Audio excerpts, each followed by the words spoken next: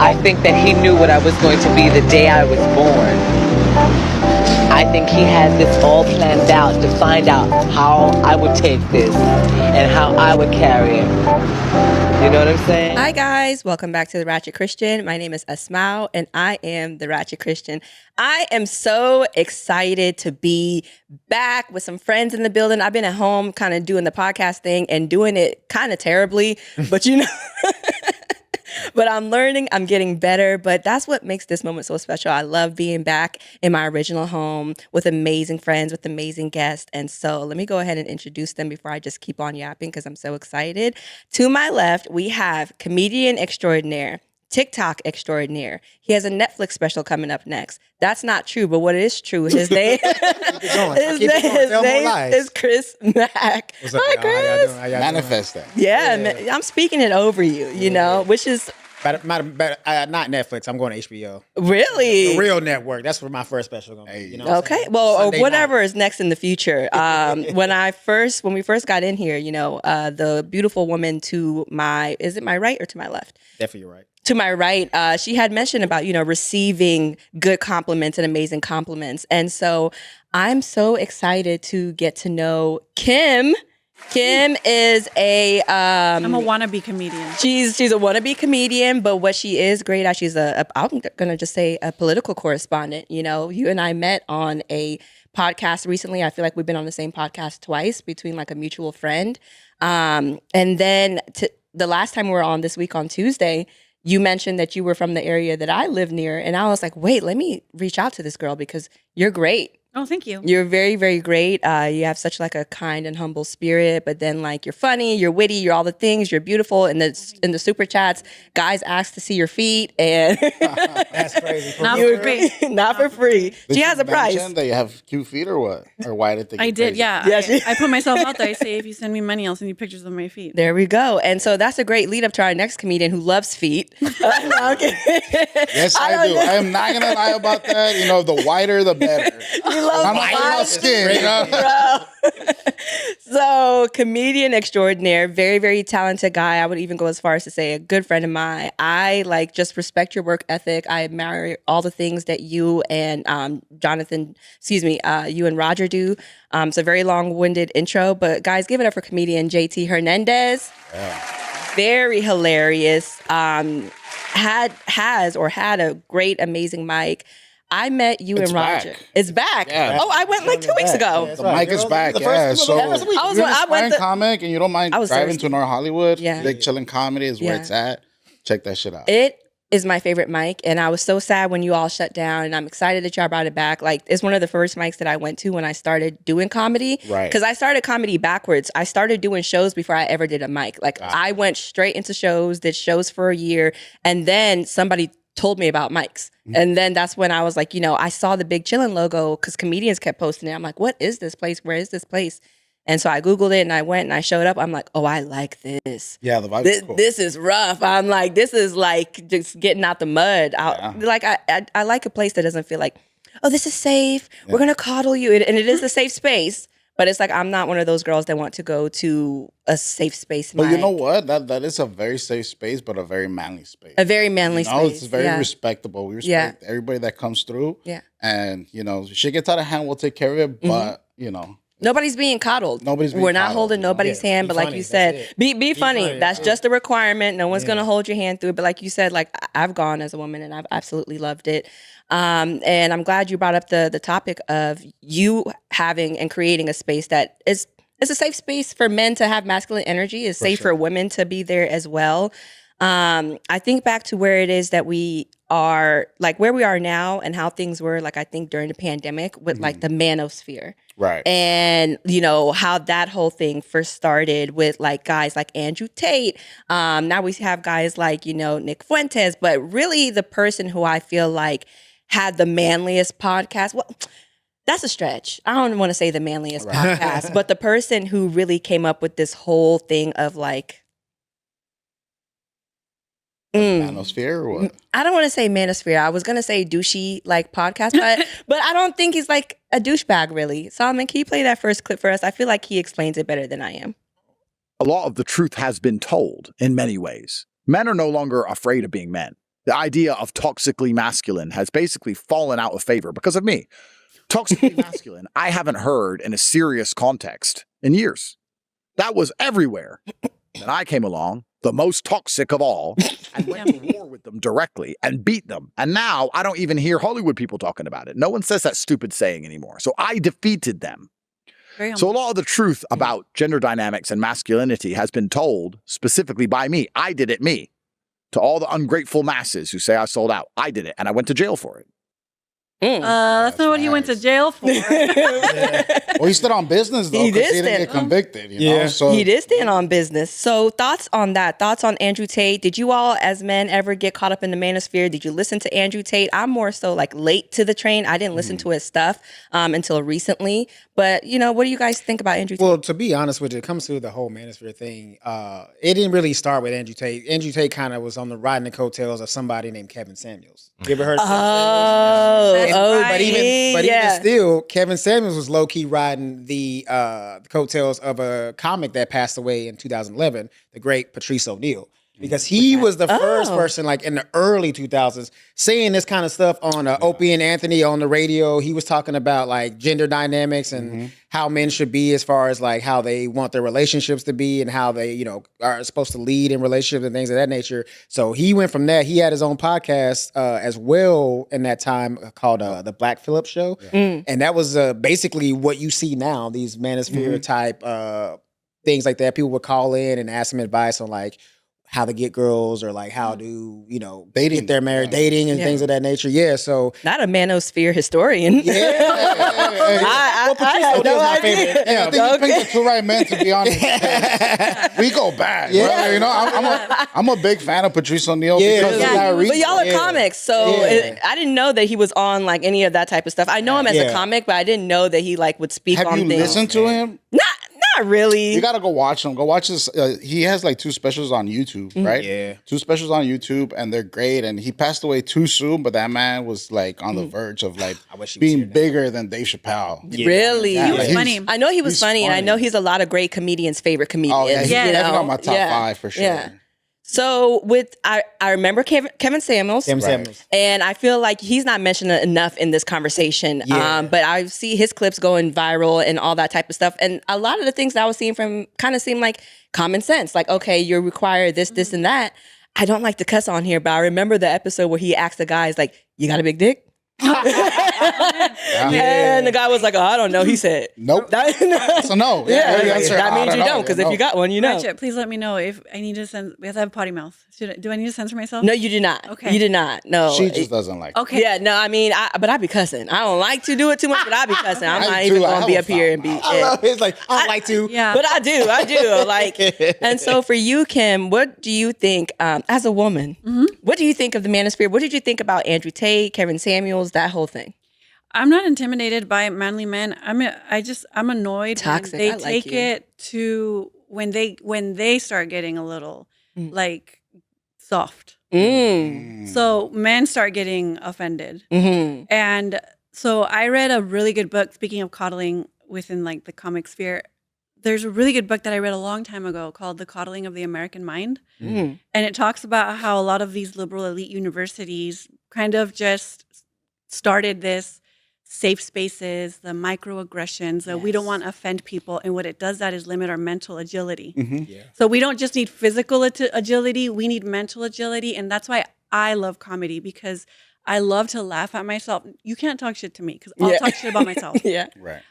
Comedy is a space where we can talk shit about each other without getting offended. That's the whole fucking point of comedy. Right. And the thing with the manosphere, which actually overlaps with a lot of like the comic sphere online media, is that because I like Joe Rogan and I've always liked him. Me too. He had a conversation the other day with Dave Smith and they went off about how I get that women do, there's like an overcorrection to like the very real, like, you know, women have been historically marginalized and put aside. We weren't allowed to have credit cards until not so long ago. But then there's like an overcorrection where like even women do it to themselves. Catherine Liu, who's like a stalwart lefty, talks about how identity politics is hurting the left and it like puts people off from the left.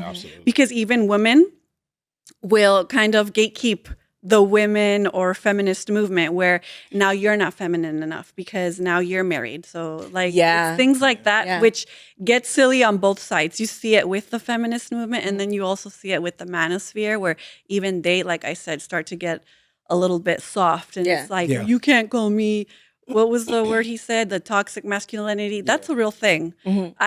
Like I said, I can see that sometimes, there's like an overcorrection to it. We don't need to like police people's speech, right? Or like their feelings all the time. It's okay to get offended. That's not bad. But on both ends, and like I said, with the manosphere and the conversation with Joe Rogan and Dave Smith, like sometimes I just want to interject and say like, some of it's silly, but it's not like, it's not the entire feminist movement. We're not going to take it away from all of that. But I think there's just two extremes, right? Like, you took the words right in my mouth. Like the manosphere can be very extreme. It's just like the feminist movement be very extreme, right? Both. Yeah. And that's just kind of like, I like what you said about the identity politics, because it's true. It is hurting the left. And that's what they're not realizing, that it's like, brother, if you were to give me the options to pick for vote for a president between Trump and Kamala Harris today, I would still vote for Trump, because that's how bad it is on the other side. Like, you guys don't have a good candidate. It's like they're wearing pussy hats, and then you're not allowed to say retarded. It's like, and then it's like they're just hurting themselves, and they don't understand that, because they're so like they're just like so focused on their identity politics, and that is like, you're missing the bigger picture, and you're not understanding why people are still voting for a pedophile, right? That people would allegedly prefer that, allegedly, because here's the thing too, and I'm sorry to get into a whole politics. No, please do. Please do. If this man was really on the Epstein files the way the people swear he is, the left would have like outed him when they had the files. Like, that's the ammunition they need to be like, look, here's your guy, here's the proof. Well, why didn't they do it? There is an email from Epstein where he says that he hasn't what it takes to take Trump down, and even the whole little Melania speech. Not to go off on a tangent. No, go ahead. The girl who's blackmailing her also says she has mail on them. So I mean, with technology, you can hide a lot of the stuff. So I would love to know what it is they really have against him, because the whole Russiagate bullshit was concocted by the CIA and the FBI. Right. But the Israel connections is where it's at. Sorry. Yeah, and he's compromised. I'm not a Trump. 100% like compromise. Yeah. Compromise as fuck. Right. Like, right. I'm not defending the guy, but I'm just pointing out the fact that. Well, the office of the presidency in general has always been compromised, because somebody made a deal a long time ago that keeps us compromised. There's somebody, we don't know who. Did they make it? Did they make the deal, or did they force it by getting rid of JFK?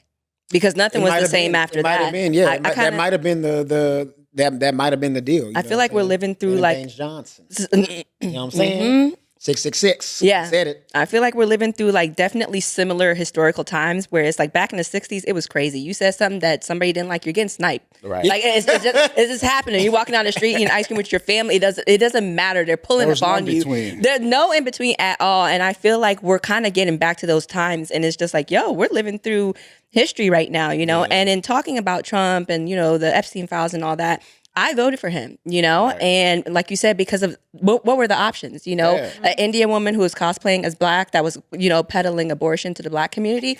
I didn't agree with that, And not only that, being in LA during the pandemic, seeing how locked down we were, being a Christian, and see how marginalized we were feeling, and how we couldn't speak out against certain things that we didn't like, we didn't agree with. I felt like I went through 4 years of Biden, and I didn't want 4 more. I didn't feel like Kamala did a good job as a vice president, so she didn't earn my vote as president. Was she even around? Like, I don't even remember seeing her. She was in Ghana peddling the LGBTQ agenda. You know that's the thing that I remember her doing. But Kim, you had said something that really stuck out to me. Is about mental agility. Right. Having the mental agility to be able to not go into both extremes. You know what I mean? The extreme of the manosphere, or the extreme of feminism, or the extreme of being super liberal, or the extreme of being super conservative. Like, it's the extremes. And then the people like us in the middle who can disagree and sit and have a conversation and dissect all of these ideas. Those people are quiet. And I want us to be less quiet, It's not that we are quiet. It's that we're not shouting as loud as them. No. It's not even that. It's like the people who are in the middle, we feel like we're freaking crazy, because we see how loud the extremes are. And it's like, you say something to any contrary to either side, and then you get ostracized. But you're like, wait, but I'm the normal one. Why am I, wait, hold on. Why y'all mad at me? Y'all are the wackadoos. Like, y'all are taking this so far to The extremes get a lot more views. Yeah. They do. So It just makes you feel crazy. And that's why we're quiet, because it's like, it makes you second guess. You're like, maybe I am wrong. Yeah. But you're not, just like, you're just normal in the middle. Like, you can see both sides, and it's crazy, man. It's very exhausting sometimes. Yeah, people don't want to see us agree to disagree. Right. They wanna see us hitting each We other need to and fit owning very each cleanly other. into Yeah. a box. It's like they want to categorize us, and when you're able to have nuance, that makes it hard for them to be able to put you into one category or control thing. another. I have a question for you all, and it's something I was thinking about this week. Do you feel like if like the Joe Rogan bros, the podcast bros, the Manosphere bros, if they were left leaning, do you think that they would have the reputation that they have now? No. I feel like the caricatures that they have and how they're talked about badly in the media, do you think it's because they didn't take the liberal perspective? Yeah. JT? Yeah, no, I think that it wouldn't work if they were the other way around, because I feel like what the Manosphere has done is created authenticity, right? Like, everybody's so on their eggs, like walking on eggshells. Oh, I don't want to say this. I don't want to cancel. And then men started speaking up, and we're like, you know what? Screw you guys. Like, why am I going to cancel for speaking my mind or saying how I really feel? And so that authenticity is kind of what rose them to the top versus people who are playing it safe, who are pandering, who dye their hair blue and shit, Men who call themselves feminists. Men that call themselves feminists. It's like, always turn brother. the biggest pieces of gold. Of course. I'm like, that's you're a wolf in sheep's clothes. That's what that every feels time, like. every time. Yeah. Without a doubt. It's like, oh, I'm a male feminist, and then you get some, like, they get popular, then some research found out they like beat their wives, or like they're like cheat on their wives all the time. They got like families all over the freaking globe. It's like, dude, they're worse every time. Kim, I feel like you're more like left leaning. Do you feel like these podcast bros would have a bad reputation if they were more left leaning? Well, Joe Rogan endorsed Bernie Sanders in 2016. Yes, yeah. right. That's So I don't think that when I look at Joe Rogan, Tim Dillon, when I look at all these people online, they don't adhere to like identity politics or even partisan politics. They just have their own points of view. Yes. Mhm. But the Democrats, to their detriment intentionally like disregarded them. Absolutely. Because they honestly, I just think because they're stupid and they play to lose sometimes. Yeah. But what happens is the Democrats are actually not on the left, so they have to pander to the centrists. So when you come out here, Joe Rogan endorsing Bernie, who was on the left, they don't want that. So they would rather have lost with Hillary and even Kamala. Yeah. She was like, she literally went on a freaking tour with Liz Cheney. Okay, and then people wonder why she lost. I don't think it was the LGBTQ shit. Yeah. I think it was Liz Cheney. going on tour with Like, Liz Cheney. what is wrong with you? You bring up such a really good point, because I think about like RFK, right? Contrary to popular belief, I'm not a Republican. I'm not a Democrat. I'm an independent. I listen to both sides, and whoever's making the most sense, that's who I vote for. I wanted to vote for RFK. They would not let him run as a Democrat. So it's like they'd rather lose with Kamala than to win with RFK because he didn't uphold their vaccine propaganda. They're doing That's that crazy now to with me. Butch Ware. They're doing that now with Butch Ware. They're keeping Butch Ware illegally off of the gubernatorial ballot from the Green Party. He ran with Jill Stein last year in the general election. I voted for them. And now they're keeping him off the ballot. There's still a Peace and Freedom Party candidate that's on the left that's running. His name is Ramsey Robinson, I believe. But he's not as like extreme, and he's also not, he wasn't polling as high, so he's not as much of a threat. But Democrats will use lawfare to keep people off of the ballot. Absolutely. To their left. Yeah. Because Democrats will always campaign to the right. So to bring it back to like the Manosphere thing, I don't think they were rejecting them, or even now when they reject or try to shame like a Tim Dillon, it's because he's to the left of them, not because they're to the right. Well, you also got to remember too, like at the time where these, quote unquote podcast bros kind of rose into, popularity, if you were somebody who was already on the left, you basically got lost in the ocean. You were a teardrop in the ocean, because that was a popular thing. Yeah, everybody was speaking loud. thing. Everybody was Black Lives Matter. Everybody was, fight the system and be, leftist. So like, if you had a podcast where you're like telling men, hey, you vote left, and let your wife lead the relationship, and also people just be like, "Oh yeah, we already like, duh, of course, yeah." That's what we like. That's You how see it's it on supposed to TV be. all Yeah, day, yeah, yeah. like the dumb husband and the competent wife. Like that was. It You was do everything. see that trope a lot. You It was definitely everything. see that So a it's lot. like they know they wouldn't have stood out because challenged they were the not saying status anything. quo. Yeah. Nobody was challenging. There you go. And then, like you said, it's to their detriment too. I think them not paying attention to the manosphere or, underestimating the power that they had to sway elections. And we saw how they swayed an election. Yeah, man. We saw how the podcast bros who were caricatured in the media had the power to move a whole nation towards somebody that's unlikable. All That's about also it in the that's book. fall for the people on the left because they refused to go on the podcast because they were Because invited. They were invited. Honestly, yeah. I Facts. think that was smart of Kamala not to go on Joe Rogan because Really? she can't put two sentences No, together. she couldn't. Imagine her for 3 hours. She could have tried. Jesus Christ. But it would have been funny. Like, think She already about got like, cooked, but, bro. but She would've still, gotten it would have been real. ashes. It would have been real. I would have appreciated seeing something real from her. You You know, rarely see that. What are you like from a establishment coconut? Yeah. technocrat. You rarely Yeah. see that. She did this like cooking show with Mindy Kaling where she was like God. Indian food, and that was the most real I've ever seen her. Yeah, that's That the was most like a Indian I've very ever seen her. small She would try to be black. That's Yeah, why she should have been on there cooking greens and frying chicken. That's why it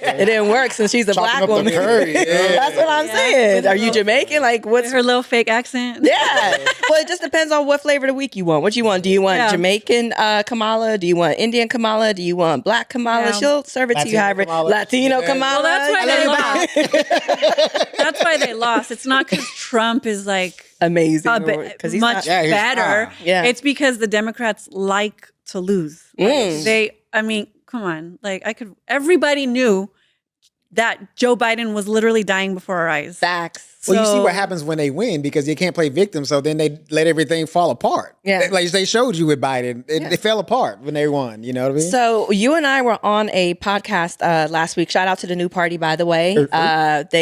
It's a great podcast where they have people from all different political spectrums come on and talk. And there was a moment, I forgot what question that Nora had asked us, but she had played a clip about basically people who voted for Trump and regretted it. You know, for me, I'm disappointed. I need my full 4 years to decide if I regret it or not, but I am Right. disappointed because this is not what it is that I voted for. I know what it is that I voted for. I know that I'm not crazy. I know how they campaigned, and I know that they said all the things that we wanted. And so, yes, we were lied to perhaps. And then you see conservatives now kind of owning up to it like, dang, like, we are kind of being made a fool of, Trump, it started out really great. It was America first, and now it's another country first. And a lot of conservatives are backpedaling and apologizing, and the left is eating them up. Don't come back over here. This is your fault. And this and this and that. You made this decision. And even me, I started to get to a point where I can own feeling like, man, like I may have made the wrong decision, but I'm not coming to repent to you. Yeah. You're No, not I love Jesus. Here's some this. newsflash. I'm not I love repenting wants to to you. go to You're the not left. Jesus. No, Like, because at the end of the day, and there's no humility there. They're not even embracing you. Like I remember when Democrats left and then they started voting conservative. The Conservative Party received them with open arms. Didn't make them feel stupid. Didn't point in their face. But the way Dems are acting now, I'm like, even if I'm wrong, I won't say it because I don't want to give you the satisfaction. Actually, like double down. Yeah. on it. I'm almost doubling down. And so not to seem pedantic, but the Democrats really are not the left. They're Explain centrist that. technocrats. Well, they're for war. They're for corporations. There's if there's a Venn diagram of the donors that donate to the Republicans and the Democrats, it's Speak on one it. circle. Speak Yeah. on it. So they're not. That's why I'm telling you, they campaigned. They would rather lose with Hillary than win with Bernie, who would have beat Donald Trump in 2016. Same thing in 2020. That's why they forced him out of that one as well. And that's why they're trying to, even a gubernatorial election here in California, the fourth largest economy in the world, they're trying to get Bush Ware off of that because he was polling pretty good. Wow. So they're not. I don't want to seem pedantic, like words matter, but No, they please really, seem it, 'cause they you're really cooking. are not the left. But they're just so insufferable, so sanctimonious. yeah. That's why it's off-putting. That's why for It's very me, off-putting. when people call me a Trumper, I'm just like, I know I'm not a Trumper. I don't care. Yeah. But for some reason, when people like misgender me as liberal, I'm like, oh, I'm not a liberal. I'm not a Democrat. Like, Yeah. it's so gross. Yeah. Wow. Like I'd rather be a And Trumper. I hate. I'm just so impressed by you. Like I'm just like And I don't I just even- want to hear more stuff like this. Like, No, and I hate insults like that because it's so lazy. It's like when if you're a black person, you say you voted for Trump, they're like, "Oh, you're a sellout, you're a coon, coon." It's like- yeah, coon, It's so- bootlicker. okay, it's like, okay, tell me you cool. can't Call think me a coon, critically. but then come with evidence of why I'm wrong. Yeah. Don't just call me names, because calling me names is easy, because that means you don't really have an argument. That's you just trying to get cool points from your side. Yeah. But if you actually had some evidence to show me why I'm wrong or why you think that I'm wrong, then we can have a discussion. But just calling me names is lazy. Right. It's lazy. It is very lazy, actually, because it's like I want to engage. And a lot of times I see that, you know, when somebody calls you something or they say something about the way you voted and you're like, let's talk about it. They're like, no. Well, all right then. Like, then you don't want it. Because I'm ready for you. I'm not ready to talk to you. They don't want it to be a conversation. It's the same thing when you see these, you know, I think it's corny when you see like right-leaning, like people who do, like, they go out and do the street interviews and like, antagonize people. Yeah. That's corny. But when people, you see the ones that actually try to have a conversation, those are the ones I laugh about, because it's like, okay, if you're on the left and you believe these things wholeheartedly to your heart, then why do you get upset when somebody challenges you? Because every time you see it, when they're just asking questions and then they come with proof and come with facts, it's like, you're not going to get a soundbite. I don't want to have this discussion. You're not going to get a clip. I was like, it's because their minds have been coddled. Yeah. It's like, I'm just trying to coddled in these like liberal institutions, which are hurting them. Right. Yeah. Because if you look at like real left-leaning like civil libertarians, like Catherine Liu, she very rightly critiques this identity politics on the left from the left. Even Glenn Greenwald. I love when Glenn Greenwald takes down AOC. Like, please, I cannot stand AOC. You can't always be the victim. No, you can't always be the victim. I know there's a poll like that. I think she's like at 28%. Do you think they're going to try to put her up for the candidate for the 2028? There's a poll that she's polling like 28%. I'm like, why? I think I don't get if she runs for presidency. For presidency, I think if it's her versus Vance, she's going to win. I think AOC versus Vance, AOC would win. Well, Vance hasn't. I'm very disappointed with Vance. Don't even get me started. He has me so hot right now. Like we're gonna get to him, but before we do that, Solomon, can you play the next clip of Sneako from the Manosphere? He's another one of these guys. Oh shit! Oh my god! They really got Sneako. Yeah, Sneako got snuck. Bro, what the f, bro? What the f wrong with you? What's your problem, bro? Hey, The cameraman had one job. I mean, so he's another one of these Manosphere guys, and somebody pulled up on him. He's walking through, New York. Being on the internet is different than being in person. Sure. People are in real life. People are pulling up on these type of guys. Somebody pulled up on Ice Spice this week and slapped her. So, what do you feel about words like leading to violence in real life? Like, do you think it's warranted? No. Do you have to watch what you say on the internet? Like, is somebody like? Unless you calling somebody out specifically in one that fade, and even then that you shouldn't be violent. But at the end of the day, like, unless you, like I said, if you're calling somebody and like completely antagonize like somebody personal one-on-one, I could understand that. But just saying things or saying your opinion shouldn't lead to violence. Like that's crazy that people think that it's okay. It's like you said something I don't like, so I get to hit you in the face. What? Well, that's and not to harp on the subject. I'm not even trying to beat up on the Democrats because I understand the perspective, but I feel like they encourage that type of behavior. I'm here for it. And they encourage it and they celebrate it. They do equate violence to words. It's like you deserve. And we're going to touch on Charlie Kirk in a bit, but it's like when you think about what happened to Charlie Kirk and how his life being taken was celebrated because of the things that he said. Yeah, right. You know what I mean?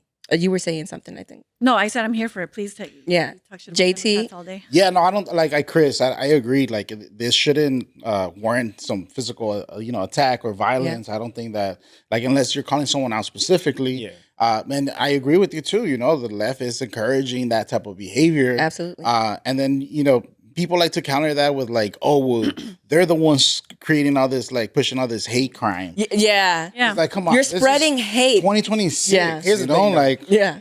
I want to give props to that side because they always pick the right one because they don't ever pick somebody that throw bows back. You know what I'm saying? Facts, they picked one dude one time. I don't know if you saw the one, but there's a guy, he went to one of the ICE protests and he was walking around with his Trump hat and like a couple of them attacked him. Was he a veteran? And he was not going to he was laying. That's the first time they chose wrong. And he was an older guy too. He was like an older like veteran. A business. Yeah. All of them. Anybody that came up to him, he was laying them out. Because it's like I don't see it from the opposite where you see conservatives physically attacking liberals. But I think it's like that mental coddling again, where it's like you disagreeing with me feels like a personal attack. It feels like violence. Yeah. Well, they always say, well, what about January 6th? It's like, okay, that's what we're... Okay, one person, you know what I'm saying? all these independent incidents. Well, he shouldn't have part in the violent ones for sure. Yeah. But Yeah. I will say, I agree with so that. when I see videos like that, I just think we all need to touch some grass. Yes. Like what's going? Like I Yes. don't like. I see people online that I don't agree with, but I would never think to like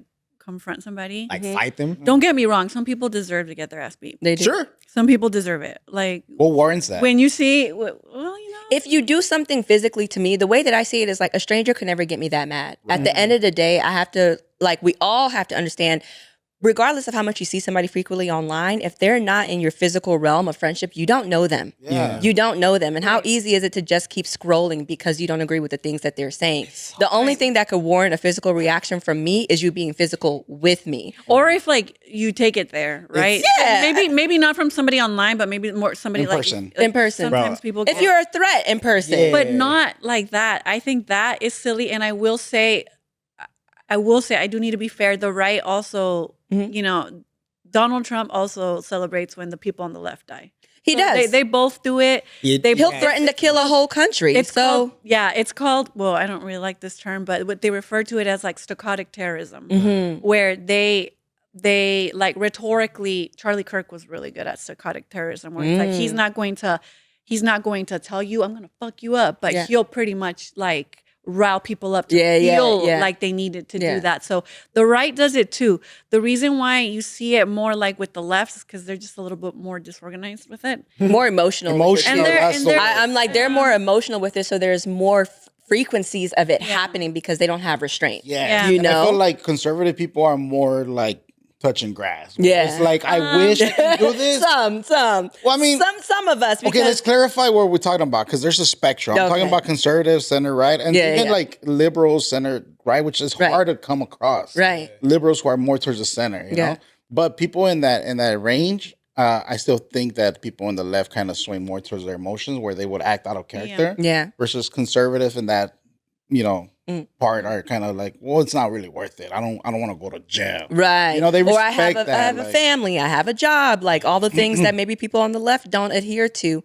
The job part's most important. The job. And the having family. a job. And the family, though. It's like when you have reasons to not go to jail, you won't. Right. You know what I You mean? have things to lose. Yeah. There you go. That's the thing too. You see people going to these protests with their kids. I'm like, what the fuck are you? Why are you taking your kids there? here? Like, you, Yeah. here's the thing. It doesn't matter. Even if you're going there to peacefully protest, you know how ugly things can get. Right. Yeah. So why would you put your kid in a situation like that? Like, I'll that's- take my kid to like a rally, like in Claremont. Yeah. Yeah. It's like all old people. I'm not gonna take them to downtown LA for sure. No. Hell no. So this next clip of this guy, Clavicular, he's also one of these like Manosphere. He came up with the term Looksmaxxing. I didn't know who he was until recently because he started like doing content with someone who I did know, who's Vicky. And so let's kind of get like a synopsis of who Clavicular is, and then we'll talk about what happened to him because he recently overdosed. Oh. But survived. Clavicular, whose real name is Braden Peters, has become the biggest star of the Looksmaxxing movement, like a doll. which encourages young people, mostly men, to go to extreme lengths to improve their physical appearance to attract women and power. This has been my mentality for ages. So you started taking TRT, or testosterone, and other derivatives when you said 16 or 14. In a December interview on Bradley Martin's Raw Talk, the 20-year-old claims to smash his own face with a hammer to change his bone structure. So I'll like lay in my bed and punch myself in the face. He says he smokes meth to manage his weight. And then there's the stuff below the belt. So to Dick Max, I'll inject fat dissolvers into my mons pubis. Wait, what? That's probably my Wait, what did he say? over the line. Dick Max. What is your opinion of women? There is something going on that's horribly wrong with society. It's female hypergamy. The possible OD comes hours after Clav was seen walking He OD'd on stream. 60 Minutes Australia after he was asked about his association with another problematic Manosphere figure, Andrew Tate, who's facing criminal charges abroad, including rape and human trafficking.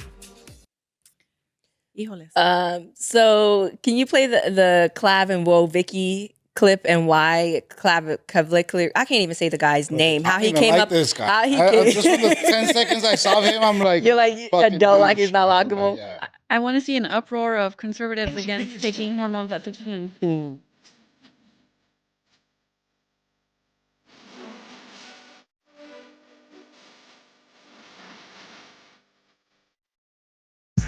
So I did not know anything about this Clavicular guy. I've heard about Looksmaxxing and that whole community.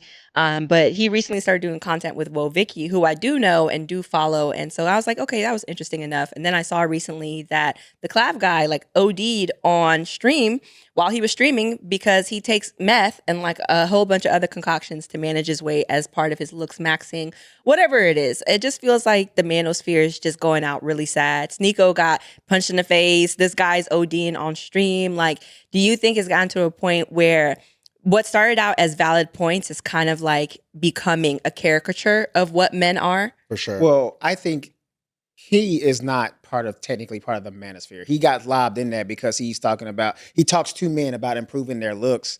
But he's in to me, he's in a whole different class of like Manosphere. Gen Z, where it's not even manosphere. This is like some kind of warped mindset that they have because these are kids who grew up having social media and things of that nature. So they're seeing each other through filters and makeup and all sorts of stuff. So you have women who have inflated egos because they put filters on their face and they put makeup on and max out that way. And now these guys feel like they're ugly. So now they have to go to these extremes to get these women who have higher standards on beauty because they think, okay, if I want a girl this hot, I have to do this and look like, these handsome, extremely handsome and Hollywood honestly, guys. all you gotta do is be funny. Yeah. You know what I'm saying? Let's be a comedian, bro. It doesn't matter what you look. Just be fucking funny, bro. Like, have a good mouthpiece. JT's like, I pull bitches because that's what I'm saying.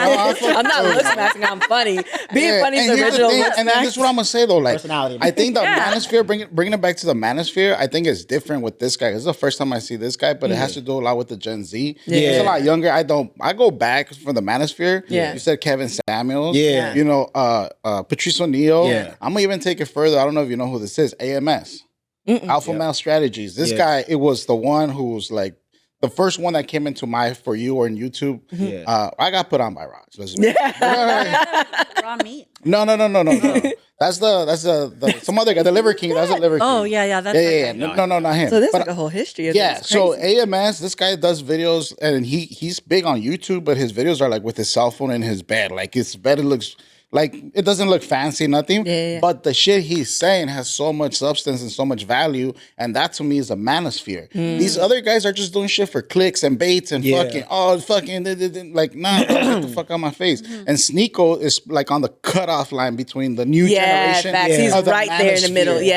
So like to me that I don't consider that a man. Like you're being a bitch, homie. Like don't worry about what you look. It matters, right? You should stay healthy. You should work out. But doing meth and punching yourself in the face?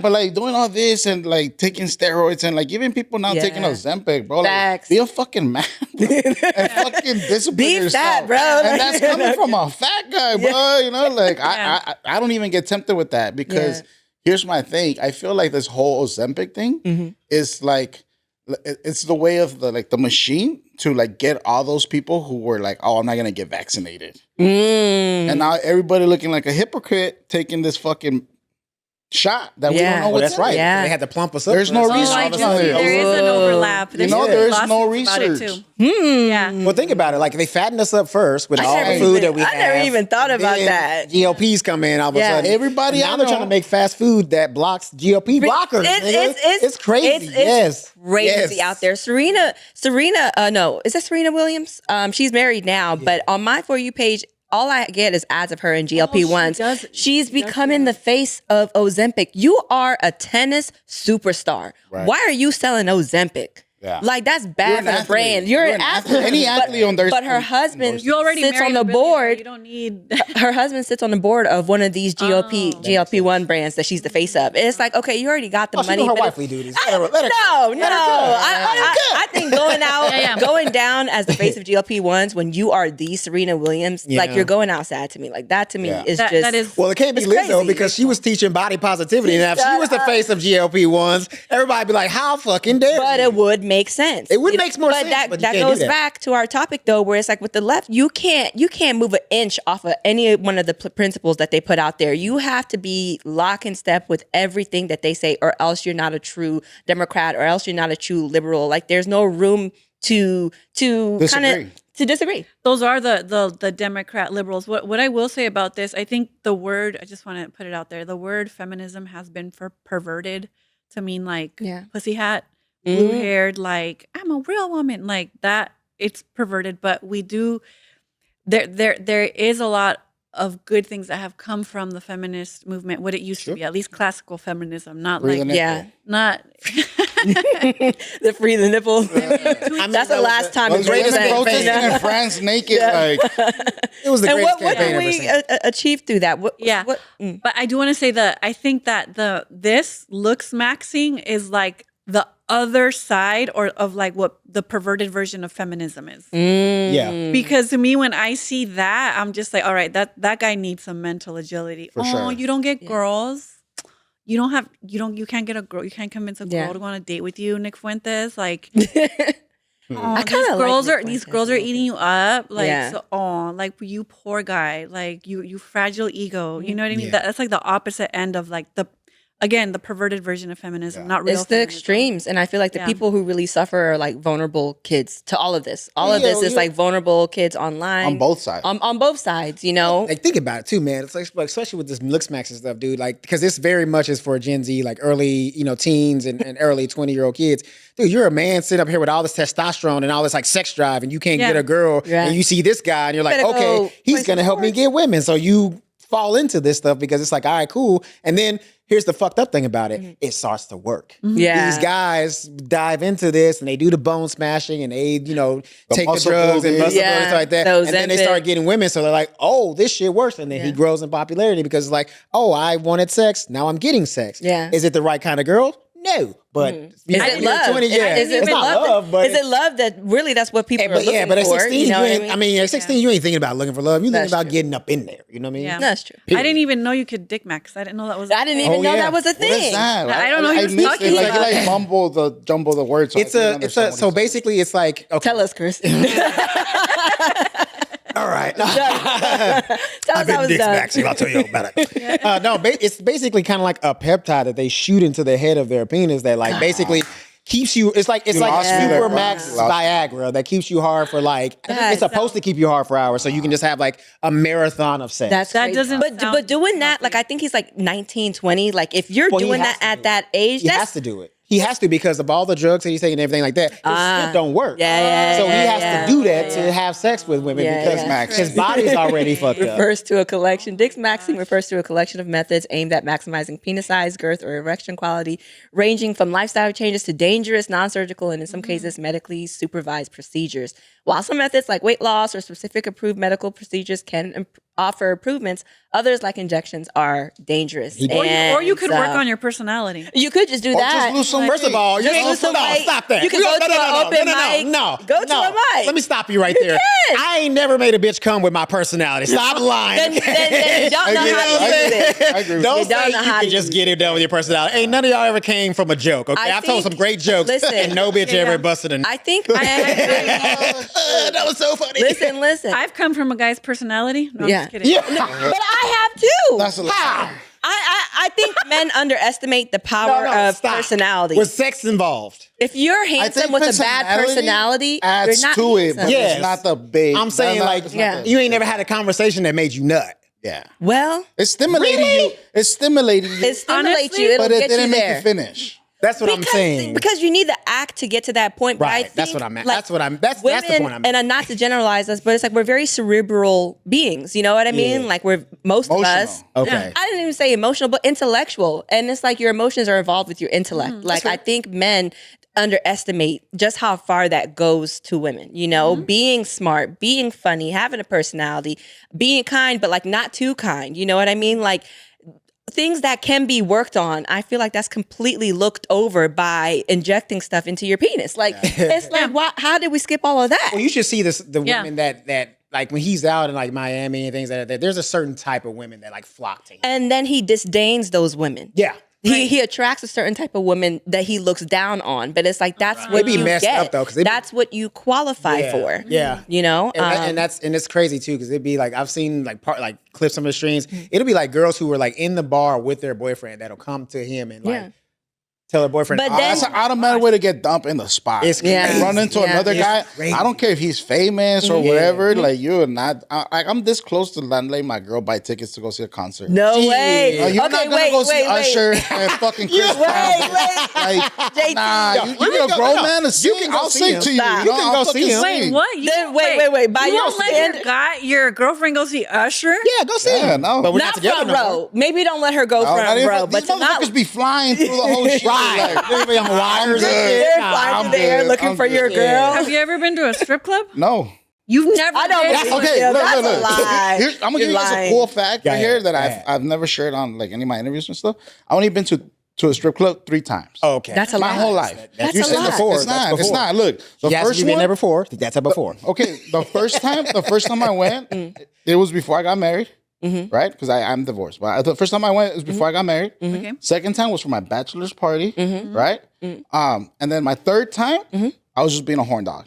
Okay. And that's it. And, all and 3 reasons that people go to a strip club. So that's what I'm saying. I only been there 3 times. The third time, I felt hustle. I felt nasty. I felt disgusted. And I was like, I don't like losing money. You know? But here's the thing, because I like that women always like to compare them going to concert to a strip club. Here's the difference. Us at the strip club, we ain't getting no ass. You at that concert could potentially get some ass. 100%. You like chances Usher of might getting crack is want to high. crack. That's not Usher might want to crack. And what are you gonna say? No. You can say it with conviction, but that doesn't make it true. I'm just saying, but the percentages are much higher. You know what I'm saying? Like, to be Because you honest, see what Usher be doing in Vegas. He be getting bitches He to put be the doing cherry too in the much. mouth Be and do the kissing thing. women on doing stage. too Like, much. I feel like if you're in a relationship, you need to be mindful. But I'm really glad y'all brought that up because by your standards, my husband should leave me. Solomon, could you bring up this picture of me and Myron? Because I met someone in the Manosphere who's pretty, a no name. But look at the respect. Look at the hands. No. Look at it's different because this is your line of work. This is kind of what you do. So come on, it's my job, honey.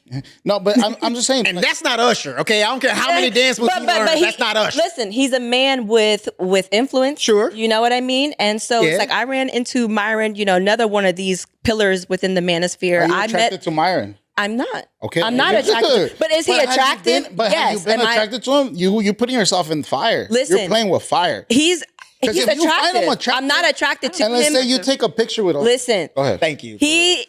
I'm not attracted to him, but I'm not blind. He is attractive. He's an attractive guy. And then it's like when I met him in person, he was actually very nice, very respectable. But guess what I did when I walked up to him right away? My husband loves your content. Can I get a picture of you? Right away, I'm letting you know that I'm married. Right. And right away, Thank you for that. That's There's what a lot of women in LA, I though, always you gotta was set like that that. 10 minutes before they bring it up. No, you can say, I like your hat. Thanks, my husband bought it from me. I don't care if he did or not. I'm bringing my husband up right away. Thank you. Right away. Thank you. If I were to go to a Chris Brown concert and he would try to grind on me if I had even if I didn't have another, Usher's had STDs and he's had lawsuits he for that. gives out. I don't want Chris you Brown. grinding. It's not discouraging. He beats women. He also, it's a whole I don't want even if Michael B. Jordan, who doesn't beat women and doesn't he can have grind on herpes. me. There you go. You see, He can grind. Him. Michael B. Jordan. Can Michael B. grind on me. Jordan. See, Yes, that's he what I'm can. talking about. He's not because But she's single. Yes, I am. But even if I wasn't, he plays I'm for just the other kidding. team, I'm so- kidding. No, you're Wait not. for the other No, you team. weren't. That was true. That's it. That was Wait. truth and never I joking. missed That was it. true. I missed it. What did you say? I said even if I wasn't, but that's a joke. I wouldn't do that. I wouldn't put myself. So out there I like that. asked my husband, I was like, would I ever have a celebrity hall pass? And it's like when he No. said his answer to me was like the biggest compliment. He's like, no, because you're within the realm of possibility of meeting these people. I'm like, wait, you think I'm kind of famous? You know? LA. You know how many times you can run into a Chris Brown? He be on Hollywood Boulevard all the time. Myron. Yeah. So my husband, he be knowing. You know, that's the thing too. Also, too, your followers getting up like that. Like once you start becoming an influencer, you end up in these spaces. So even the attempt of having that conversation is like no. He shut it down. He was like, no, what are you talking about? Like that's crazy to me. Shouts out to the husband, bro. That's like Wherever you are, shouts one out. of our mutual friends. No, right? That's pretty much with one of my coworkers. I guess that's how he But saw you it. should trust the person that you're with enough to be like, okay, go to the Brown concert. You shouldn't be. If your wife be up there making out with Chris Brown, then you chose wrong.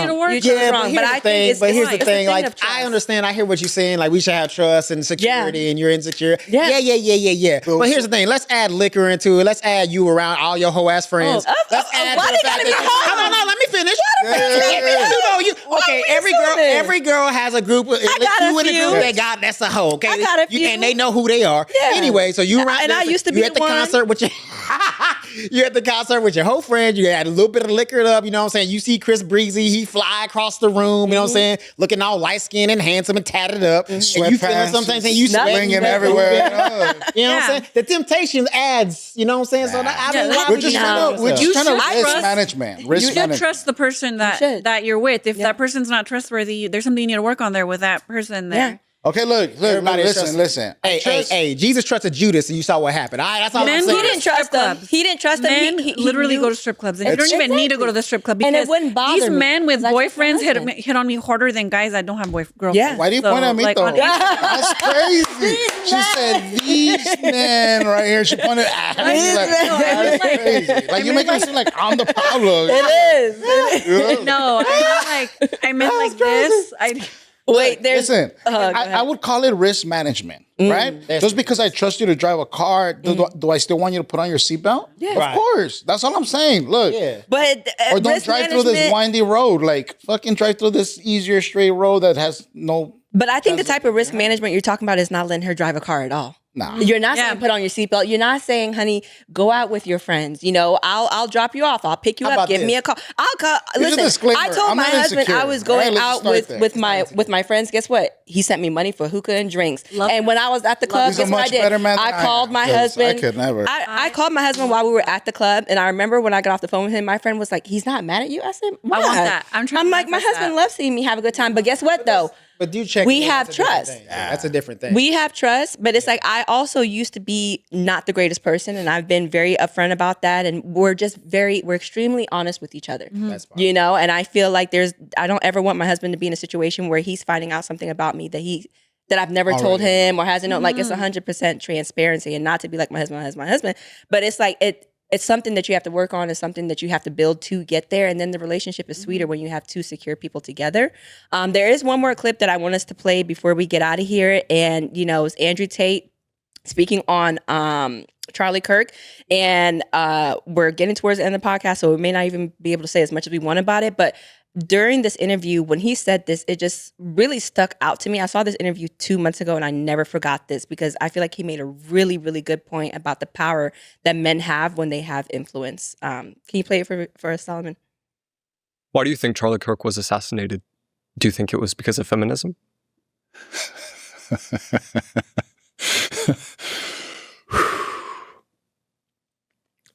Let's talk as professionals here. Sorry for the pause. I'm just scanning what's going to keep me alive. So I know who killed him. And the only person who is overtly giving theories as to who killed him publicly is Candace. The reason Candace is breathing is because she is a woman and because she is black. And the people in charge have thought, they've concluded, you know what? Let a black woman scream. Most people will, you know, even if they listen to her, you know, it's a black chick and we're just going to let her scream into the air and we'll just put it down to black female hysterical action. So we'll just put it down to that. You think that's it? Yeah. We'll get some bots on Twitter and we'll get everyone to call her crazy and we'll pretend she's hysterical and we'll push all of this narrative that she's nuts with some paid influencers. And we're going to get everyone to call her crazy, even if she's right on the fucking money, even if she gets it perfectly right. Even in one of her episodes, if she describes it perfect, we're just going to convince everyone she's nuts because she's a black chick and we can convince people that she's just hysterical, like the Walmart ran out of fucking cocoa butter and she's mad. So let's just do that. He didn't need to add that. I know, right? Yours. Or if I put a suit on and I sit there and I. That's funny. What? That was it? Yeah. The rest didn't load? Okay, the rest of the clip didn't load, but what it is that he says after that is like, so they'll let Candace, you know, rant and rave, even if she's right about what happened to Charlie Kirk. But he said, let a man do it. Correct. A man like me in a suit, sitting down, speaking clearly, saying the exact things that she's saying. They wouldn't allow somebody like me to do that. Correct. They would kill me before they let me do that because men have influence in a way that women don't. And Very so, feminist of him to say. very, very feminist. that. You know, he's like, she could be right. And she is right. But I couldn't say the same things that she's saying because my life would be on the line for it. JT, thoughts on that? I agree. I agree with him. I think I believe in gender roles, and I think men and women have different genders. I mean, roles in society and life, and that's why don't hate me, but this is why men rule the world. There's a lot more women, but somehow y'all can't figure it out. I mean, you guys hold all the sexual value in the world, right? There's 16 women to men in this world. Yeah. And somehow there's still men not being able to get sex. How the fuck is that possible, you know? So in that space you guys do, but when it comes to like protecting, providing, and like having influence, men still are the dominant species. Yeah. And I don't mean it in a condescending way because it is our job as men to protect women and children. Right. And I think that that's beautiful. So I think what he says is true, and it doesn't hold the same value as a man saying it because, between me and you, if we're to say the same thing too, like a force of violence, who's more likely to put out that attack of violence, me or you? You. Successfully. Me, right? So I think that's the reason why they're afraid of like an Andrew Tate saying those things versus Candace Owens. She kind of gets brushed off. Like, right. Cute. Right. You know? So, I mean, you may not agree with me, but I just believe that. I agree with you. Kim, thoughts? I think if this world was run by a matriarchy rather than a patriarchy, there wouldn't be endless wars. Yeah. So I think women are more powerful than we even think ourselves, and that's why we've been, suppressed to think that we're not. We are equals in some ways and equals and not in other ways. I am attracted to like manly men and the provider. Everyone, we all have our own gender roles, gender identities, or whatever, what have you. I think we're all just a little bit too online. I think instead of maybe having so many dating apps, we should just go out into the world and literally touch some grass. I will say, were you on that episode when I glitched out? Don't want to glitch out again, so I'm not going to say anything, but I'll end it with this. No, you could glitch. They were killing people. I don't want to say anything too offensive. That's why. Oh, that's okay. Yeah, say it. I'm like, this is the podcast for it. Yeah. There was a whistleblower who alludes to a lot of the same theories that Candace Owen is feeding to, and I'll just say this: they were assassinating political leaders left and right in the 1960s before the advent of the internet. So I don't put anything past these people, especially with the very, very little information that we have with the documents that were leaked from the Epstein file. And it's not just them. There's a lot of elitists that run the world behind closed doors. Like Chris Hedges says, real politics happens behind closed doors. So do I think that the person was a lone gunman and he was able to undo the gun? I don't know the verbiage in the few seconds. Absolutely not. And I think you have to be a professional. I think it's the same people who tried to kill Donald Trump twice. Yeah. So I'll just say that. So without delving too much into like the conspiracy theories. And I think he's right. And I really appreciate how feminist he sounded in that. Like he's saying they would tear this poor black woman down because the stereotype of the angry black woman is so easy to attack. I love that. And I've never heard him say anything. I wonder if he has some introspection and realizes how inclusive he sounds right there. I appreciated that. That's why I love that. Because I'm like, people, that's a rare side of Andrew Tate that people hear. Closing thoughts, Chris. Thoughts on what Andrew Tate said? It's pretty simple. I mean, respectfully, I disagree with you're saying that if we have a matriarchy. I don't think so because here's the reason why. The reason why there's always going to be war because it's just men who are trying to fight for resources. That's what it's innately within us. It's our caveman brain, it's our lizard brain. We can't stop it. So as long as there's resources, men are going to fight for it because the idea is that the more resources that we can have, the better we can protect our offspring and the women that carry our offspring. That's why we fight. If you break it down to the caveman mind.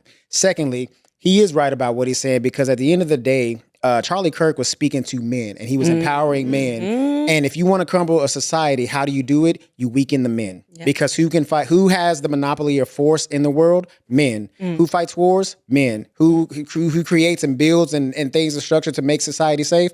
Men. So a lot of what was happening between 2012 to 2020 was a lot of feminizing of men. And Charlie Kirk was the antidote to that. And so no matter what the conspiracy is, he was going to get taken out because of that. Yeah. And that's my thoughts. Well, that was perfectly said, because that's exactly what it is that he touched on, is like, and even to go beyond that, Charlie Kirk had the power to get men to gather somewhere. He said with the Manosphere, they could get men to listen. What Charlie Kirk had the power is to say, meet me here at 12 o'clock on Tuesday, and men would show up. And that was a lot of power to wield. And when you start to go off course, people can't have that, you know, and I can't say too much because I've worked with Turning Point USA. They have my number, my address, my social security. They can pull up on me. And so what? Shut up. No. I mean, I believe that I will Candace Owens. I will be your Candace on my behalf, you know. But luckily, these are all opinions and jokes because we're comedians, so it doesn't even matter. I'm just a hysterical Black woman screaming in the middle of a Walmart. Edit this put allegedly after everything allegedly. is alleged. I am a hysterical, angry Black woman that's just on the internet talking. There you go. You know, with a lot of really, really smart and incredibly talented friends.